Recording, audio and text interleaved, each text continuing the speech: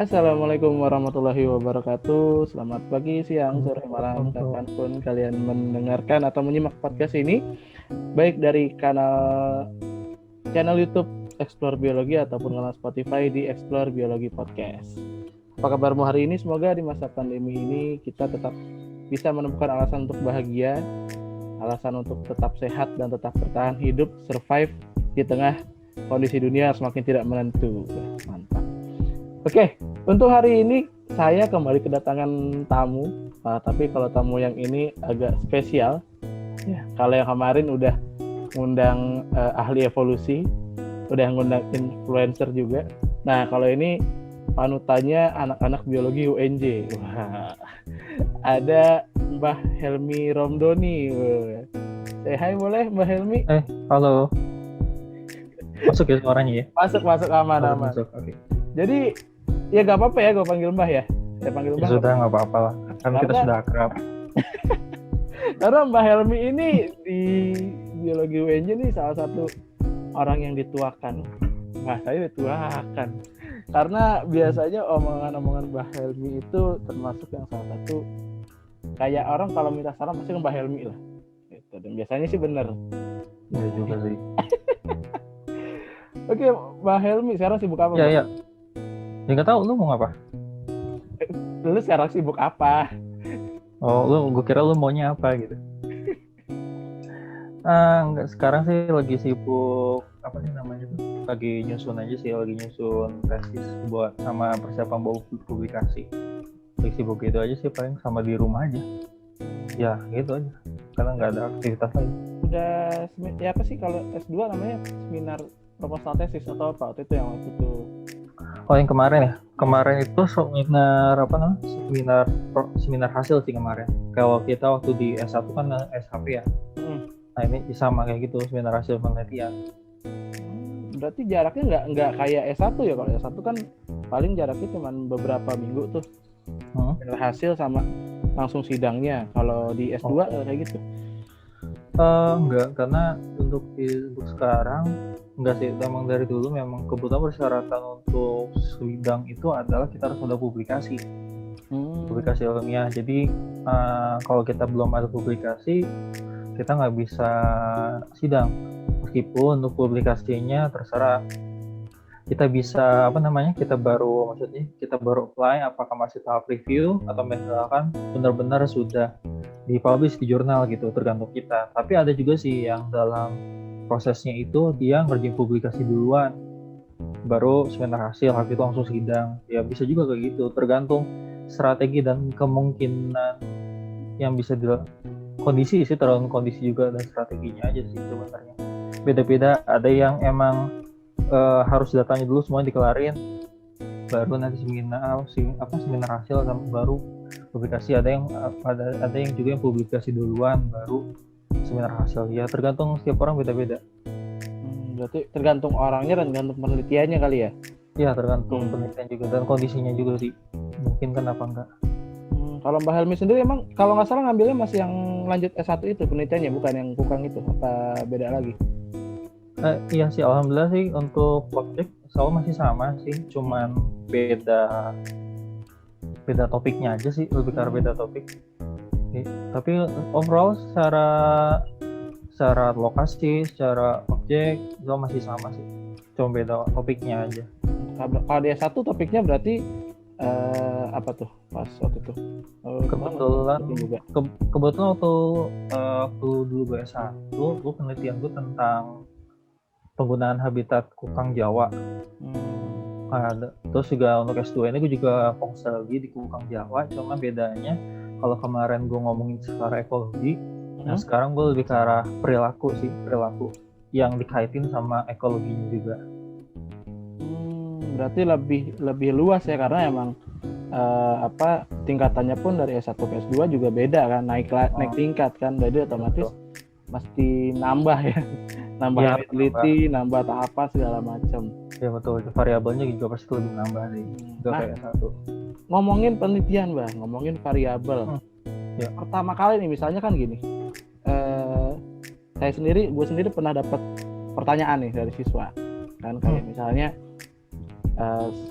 Pak, saya mau ngelakuin penelitian, tapi saat saya mau mulai penelitian itu saya mesti ngapain dulu tuh. Nah, kalau Mbak Helmi yang ditanya kayak gitu, kira-kira jawabannya apa tuh? Kalau apa itu dulu yang pertama dilakukan maksudnya. Iya, sebenarnya yang pertama kali dilakukan itu kita mau ngerjain apa dulu. Paling gampangnya. Jadi ibaratnya kita punya alasan kenapa kita lakukan itu. Misalkan gini, paling gampang gini, kita nggak usah langsung ke objeknya. Misalnya kita bisa nyari tahu paling gampang ini. Kalau lagi cerita kayak ini, gue sering perumpamaan pakai itu apa, kacang hijau.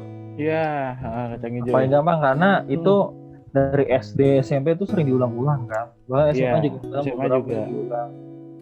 Gue pasti gini, misalnya ini pertanyaannya, tumbuhan bisa tumbuh nggak sih tempat gelap? Pertanyaan kan, itu pertanyaan tuh. Terus misalkan tumbuhan bisa nggak sih hidup tanpa air, atau butuhnya sedikit air? Tumbuhan bisa nggak sih kebanyakan air? Misalnya dulu. Pertanyaan dari situ dulu sebenarnya. Kita berangkatnya dari situ. Kita yang pengen kita tahu itu permasalahannya apa dulu. Misalkan tadi lu penasarannya apa? Bisa nggak? Misalkan tadi ya, yang kacang hijau. Bisa nggak sih tempat gelap gitu? Tapi kita belum ngomong spesifik kacang hijau tuh. Kita ngomong tumbuhan dulu secara umum. Ya, secara umum.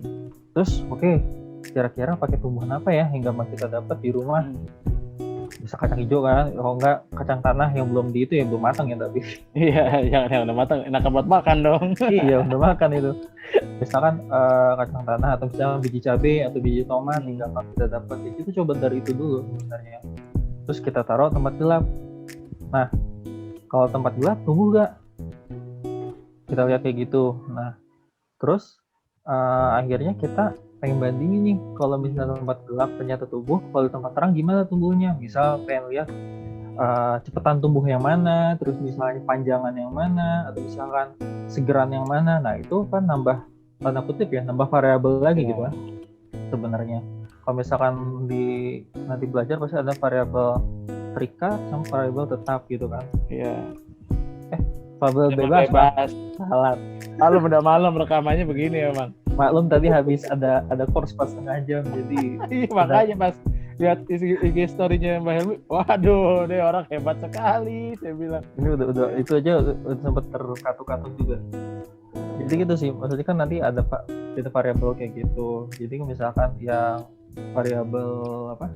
Entah tempat gelap berarti kan itu sebenarnya kita banding variabel satu tempat gelap atau tempat terang. Nah itu variabel bebasnya. Nah yang terikat itu apa yang pengen kita lihat, misalkan panjangnya, terus banyaknya daun, terus misalkan secara kualitatif atau secara sifat itu misalkan warna daunnya kayak gitu, seger atau enggak. Nah itu misalkan kita pengen lihat itu, nanti mungkin teman-teman akan harus baca lebih lanjut lagi perbandingan kualitatif sama kuantitas bebas sama terikat itu. Ntar pasti ada itunya, rujukannya lebih gampang. Menarik. Tapi coba kita tarik dari awal dulu. Tadi kan dibilang kalau pertama kali itu kita mesti nyari rumusan masalah ya Mbak ya. Tadi yang pertanyaan ya. Tapi justru terkadang gue juga nggak tahu sih ya, mungkin apa karena kita itu terlalu textbook, terlalu cuman sumbernya dari buku, nggak ngelihat lingkungan sekitar. Kadang-kadang kita justru kesulitan. Kayak misalnya kita selalu bilang, jadi kalau misalnya mau ngelakuin penelitian awalnya tuh cari masalah, gitu kan ya, cari hal yang ingin diketahui. Terus tiba-tiba ada yang anak yang bilang, Pak, katanya hidup nggak boleh nyari masalah, kok ini malah nyari masalah Pak. Nah ini anak apa sih dia bilang. Nah kiat-kiat coba Mbak, apa misalnya bagaimana sih biar kita kalau mau ngelakuin penelitian nih, baik yang sederhana dulu, supaya kita bisa nemuin masalah yang mau kita teliti. Karena kan kalau masalahnya udah dapet nih, baru kita bisa nentuin variabel bebasnya, variabel terikatnya gitu kan. Nah kiat-kiatnya deh Mbak, coba Mbak. Karena kan gue rasa kalau Mbak Helmi sendiri ini udah paling mantap nih kalau masalah. Enggak juga sih. Sebenarnya kalau misalkan mau dari mana kita mulai, paling gampang adalah dari yang terdekat dari kita. Maksudnya gini, Misalnya teman-teman bisa punya hobi atau misalkan kehidupan sehari-harinya. Jadi nggak usah misalkan gini, teman-teman misalkan masih pelajar SMA IPA itu misalnya. MIA ya kalau sekarang sebutannya. MIPA ya, MIPA. Misalnya anak MIPA. Nah MIPA terus tiba-tiba teman-teman pengen ngerjain kerjanya yang di ekonomi atau sosial. Kan teman-teman harus baca lebih ekstra kan maksudnya. Sama berseberangan gitu kan, bisa jadi ada beberapa basic ilmu yang luput atau terlewatkan. Makanya lebih baik misalkan di MIPA, di anak-anak MIPA. Nah anak-anak MIPA ini kebanyakan tuh pendengarnya SMA atau kuliah dan saya sih anak SMA, kebanyakan menurut gue juga. Oh murid ya udah nggak apa-apa. Tapi ini ada hubungan sih SMA kuliah sama aja sih sebenarnya, cuman beda level doang. Intinya sama sih, cari sesuai bidang atau sesuai minat lo. Misalkan MIPA, dan MIPA juga lu sukanya apa? Kan ada paling gampang misalnya ada matematika, ada fisika, ada kimia, ada biologi misalnya. Kebanyakan sih orang lihatnya biologi yang anak-anak SMA ya. Misalkan lu minatnya paling gampang, kita ngomong biologi aja karena kebetulan kan kita biologi ya. Biar gampang ini aja sih untuk pendekatannya aja. Misalkan di biologi, gue sukanya biologi. Di biologi sukanya di mana lagi? Harus disempitin lagi, misalnya apakah di tumbuhan, apakah di hewan. Terus misalkan dari biologi, misalkan dia nggak suka kayak gini, dia sukanya bikin makanan, bisa bikin makanan. Nah nanti tinggal misalkan cari gini, dia pengen bikin produk, nah sekiranya misalkan produk apa yang belum pernah dibuat, dan nanti sebagai misalkan produk pakan atau produk kosmetik misalnya, nanti bisa diujikan. Nah nanti sebenarnya sebelum itu juga harus ada sumbernya dulu, misalkan bahan misalkan akar tertentu punya kandungan apa aja, nanti bisa dipakai untuk apa kayak gitu kan. Jadi itu bisa jadi acuan juga dari kita suka, misalkan dari tadi misalkan kita suka masak, kita bikin produk. Terus misalkan kita suka ngeliatin hewan misalnya, ya bikin perilaku hewan. Misalkan dulu gue pernah lihat ada anak di lomba nasional, pernah lihat dia melihat perilaku semut misalnya. Dia lihat jadi kecepatan pergerakan semut misalnya dari titik A ke titik B setiap hari diukur kecepatan berapa, tapi dia nanti kaitin sama cuaca selama beberapa hari di saat itu.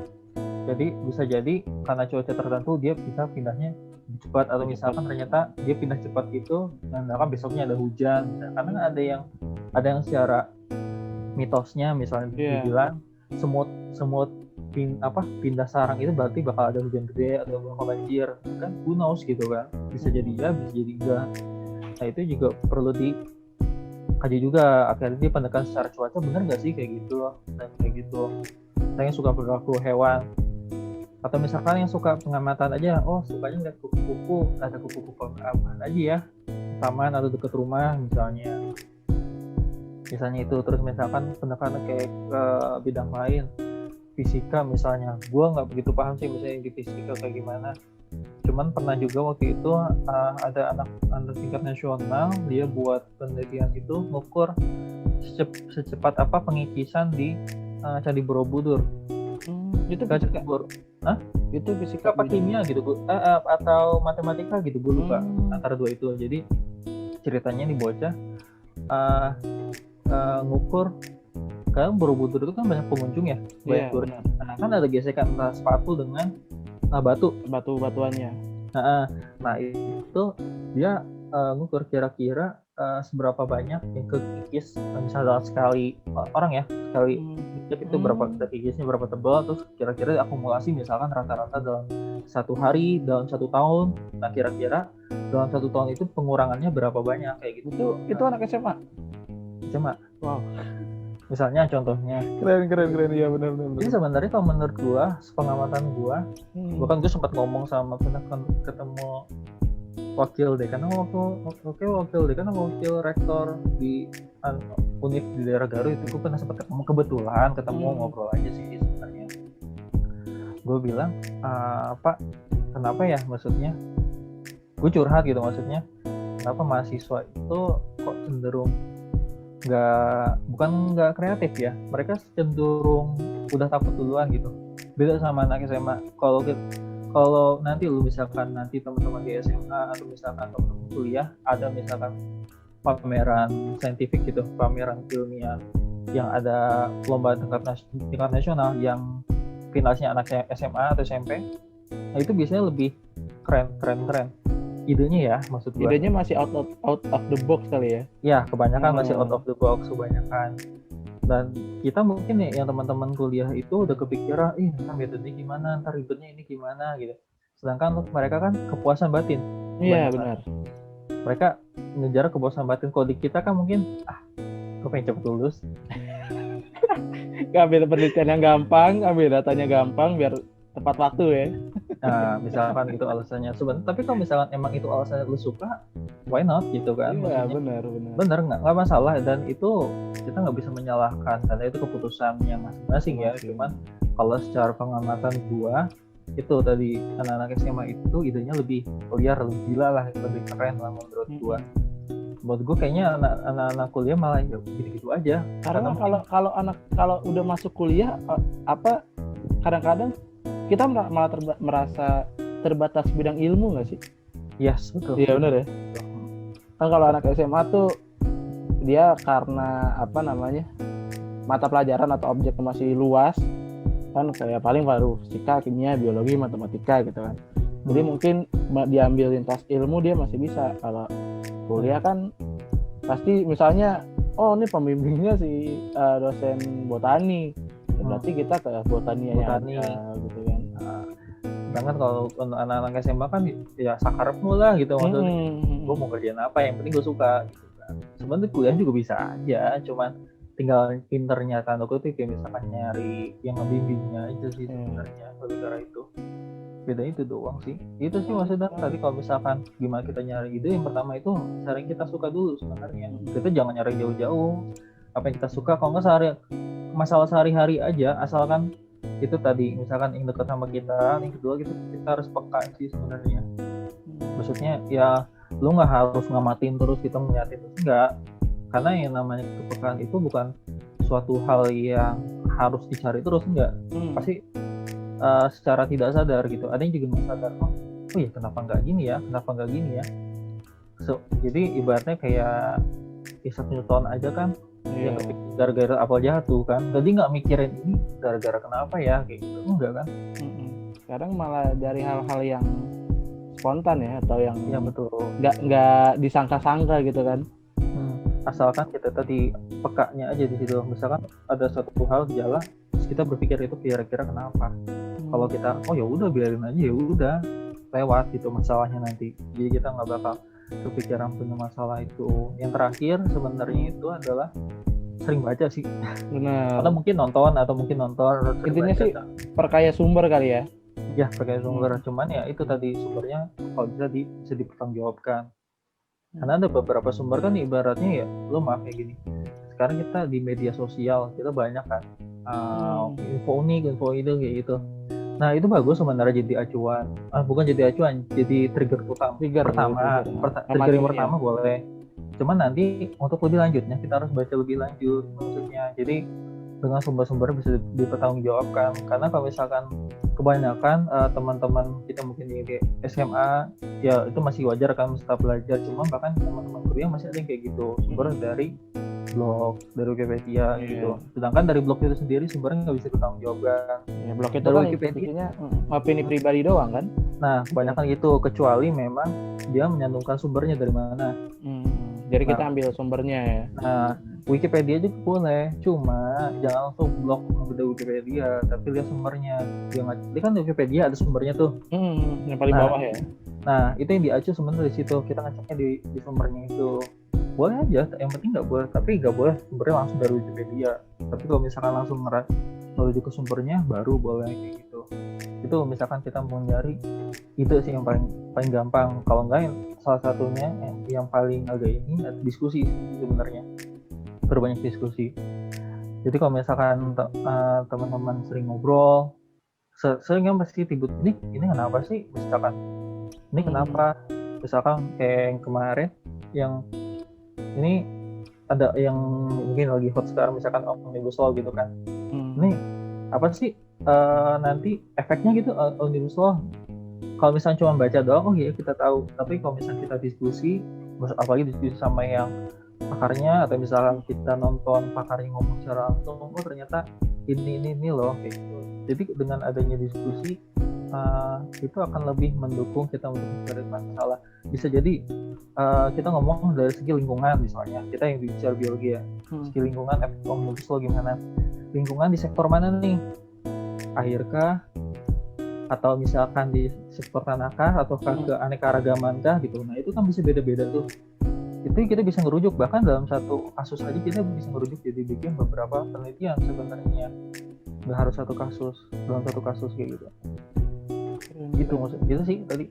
Ya, diskusi dengan diskusi kita bisa memperkaya sudut pandang ya. Karena kan ya, kadang kita bisa bukan hilaf sih bahasanya apa? Kadang ada hal yang nggak kita lihat lah bahasanya. Jadi dengan diskusi bisa memperkaya sudut pandang. Menarik. Ya, tadi oke, berarti tadi udah kita udah dapet rumusan masalahnya. Variabel bebas serikat sudah bisa kita tentukan. Nah, kita mau melaksanain penelitian. Ya. Gini deh, pertanyaan simpel deh. Penelitian itu kan kalau ngomongin penelitian itu ngomongin konsistensi kita kan. Masalah kita ngambil datanya, segala macam gitu kan ya.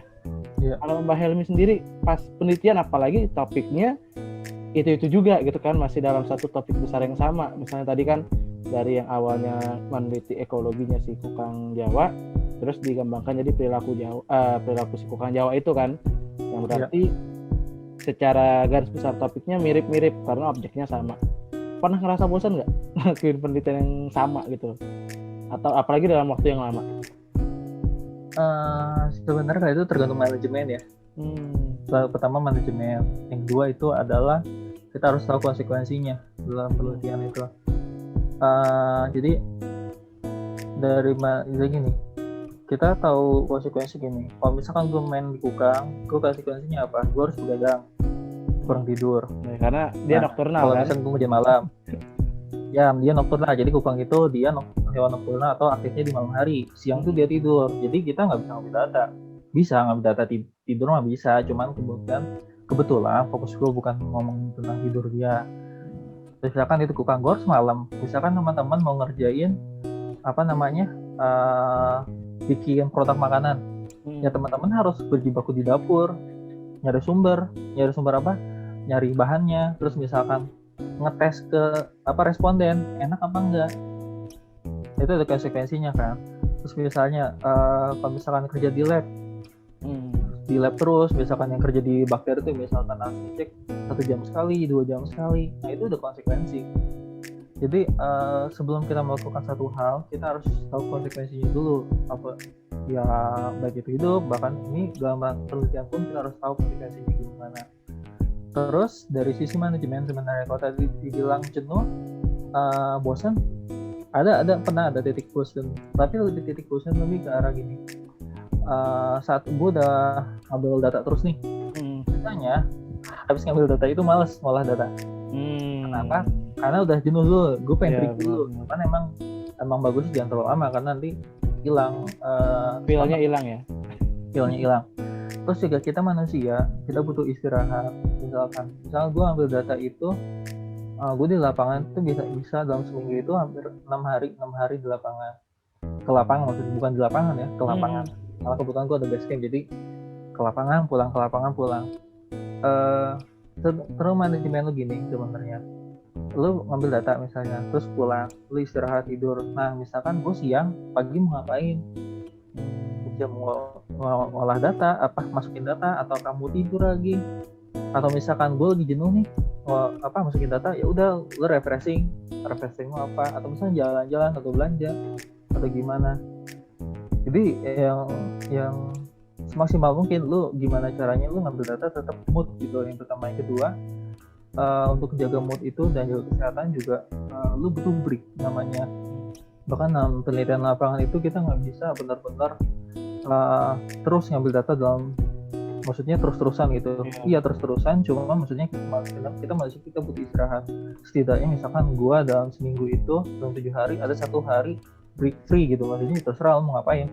Dan kita komit kita nggak ngambil data, misalnya kecuali ada event ya mau nggak mau kita ikut gitu kan. Jadi tergantung semanajemen lu aja gimana caranya nggak jenuh. Dan kalau misalnya lu jenuh ya itu kan udah konsekuensi, itu kerjaan lu gitu kan. Intinya tinggal manajemen dan tahu manajemen resikonya aja sih lebih ke arah itu. Dan jangan pernah menyalahkan orang lain. Kalau misalkan misalnya gini, kok gue nggak dibantu sih, ya lu ngomong apa enggak misalkan, terus lu lihat kerjaan lu ini kerjaan yang bisa lu harus kerjakan sendiri atau butuh bantuan orang lain. Untuk beberapa hal ada yang bisa minta bantuan, tolong bantuin ngukur dong, sampel gue kebanyakan, misalkan tadi ukur kacang hijau misalkan lu nanam 100. Oke, misalnya ya. Misalnya, berarti kan lu kalau misalkan lu ngerjain berdua kan, berarti 2 kali lebih cepet kan waktunya ketimbang ngerjain sendiri. Lu ngerjain berempat pakai lebih cepet waktunya. Jadi sesuai apakah ada pekerjaan yang harus bisa dikerjakan bersama? Apakah ada pekerjaan yang harus dikerjakan sendiri? Nah itu balik lagi, tergantung kita manajemen di situ juga, strategi kita lah, maksud strategi. Karena ada juga senior pernah ngerjain identifikasi sampelnya sampai ribuan kan, itu nggak mungkin dikerjain sendiri. Bisa, cuma waktunya sangat lama. Akhirnya minta bantuan untuk ngebantu nyelesain, mau mempercepat lah. Ya lumayan, dibantuin udah dapat berapa ratus sampel langsung dikerjain dalam 1 hari itu. Sengaja mempersingkat waktu lah ya. Iya betul. Jadi ya tergantung. Karena gini, kalau misalnya lu ngerjain sendiri, misalkan ya sampai sampel beribu-ribu kayak gitu, lu akan jenuh sendiri. Kalau misalkan lu nggak dibantuin, bukan nggak dibantuin kan, jenuh sendiri karena waktu lu untuk mengerjakan lebih lama jadinya. Iya. Dan gitu. Kalau kelamaan juga bisa bikin jenuh lagi. Iya, jenuh untuk pelarian. Jadi benar. Jadi wajar kalau misalnya orang-orang, sebenarnya kan tergantung setiap orang beda ya pelarian tanda kutip ya, brink atau pelariannya kayak gimana. Ada yang mau ke mall, ada yang ke lapangan, ada yang ketemu teman-temannya, ada yang pengen nonton, ada yang pengen tidur. Itu serah, itu beda, setiap orang beda. Karena ya itu gue balik lagi, setiap orang bertanggung jawab dengan mereka masing-masing. Terus silakan mau kayak gimana, asalkan itu tetap dikerjakan seperti itu. Kok ada kok misalnya yang seprofesionalnya pun pasti akan jenuh juga kok, dia akan lari kerjain sesuatu. Even gini, dalam 1 hari ngolah data nih, dia jenuh, dia ngopi, dia jalan-jalan mutar, terus tadi balik lagi, meskipun dia cuma kerjain 1 jam, misalkan dia di kantor nih, misalkan di lab ngerjain, dia punya waktu kira-kira jelas 8 jam, dia ngerjain total benar-benar ngerjain itu misalkan 3 atau 4 jam, setengahnya mungkin leha-leha atau ngapain, who knows, tapi asalkan itu ternyata bisa 4 jam itu bisa efektif, kenapa enggak gitu. Kalau misalnya 4 jam ternyata masih ngobrol, misalnya masih banyak banyak intervensi gitu misalkan, ya itu berarti kan nggak efektif. Itu tiba itu efektif, tapi bisa lu kerjain waktunya, kecuali memang udah deadline gitu kan. Kalau udah deadline, buat kita yang udah lagi malam udah beda mau makan tadi nggak dipikirin makan kan lagi. Nah itu baik ke manajemen sih sekarang itu. Benar-benar manajemen waktunya sangat penting ya berarti ya. Dengan kita sadar konsekuensi hal yang kita lakukan, yang udah kita pilih, kalau melakukan penelitian otomatis kita harus bisa memanajemen baik waktu, baik kerjaan dan lain-lain gitu kan. Intinya rencananya dari awal juga harus baik ya Mbah ya. Karena kegagalan merencanakan berarti merencanakan kegagalan. Quotes baru. Cuman namanya manusia ya, maksudnya tetap aja pasti akan banyak banyak kecolongan gitu maksudnya. Cuman setidaknya kita semaksimal mungkin gitu aja sih sebenarnya. Karena manusiawi kok, gue juga tiba-tiba gue nggak bisa profesional bener gue ngerjain tiba-tiba mood gue hilang, ya bisa aja dalam seminggu gak ngerjain apa-apa, bisa aja. Baik lagi, kita kena tuntutan apa sih, lebih ke arah itu sih sebenarnya.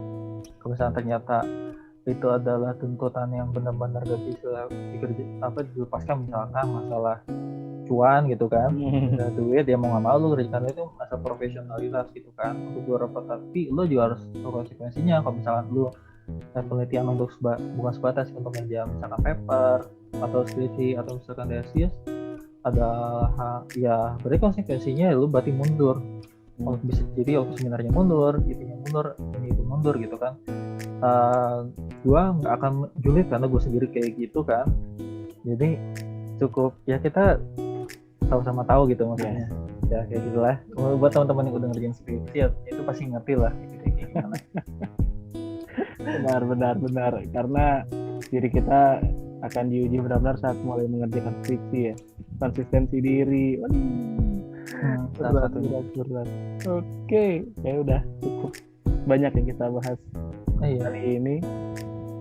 Menarik banget sebenarnya sih, banyak masih mau ditanyain, tapi mungkin nanti di per part aja kali ya. Berarti paling nanti siap-siap diundang lagi ya Mbak Helmi ya. Oke, insyaallah. Oke, terima kasih Mbak Helmi yang sudah sama-sama bersedia saya ganggu waktunya. Nggak apa-apa. Terima kasih juga untuk yang udah dengerin episode kali ini. Semoga bermanfaat buat kalian. Kalau misalnya ada yang terinspirasi, mungkin mau nanya-nanya tentang topik penelitian tertentu, bisa ke saya atau ke Mbak Helmi. Instagramnya apa Mbak Helmi? Instagramnya @mynameishelmi. @mynameishelmi. Itu foto-fotonya bagus-bagus. Mantap. Oke. Wah, iseng aja lu bagus sih pada gue. Oke. Jadi terima kasih buat udah dengerin. Semoga bermanfaat untuk kalian. Dengarkan juga episode-episode sebelumnya dari Explore Biologi Podcast. Semoga kita tetap waras, tetap sehat, tetap terjaga di masa pandemi ini. Sekian, wassalamualaikum warahmatullahi wabarakatuh. Waalaikumsalam warahmatullahi wabarakatuh. Terima kasih semuanya.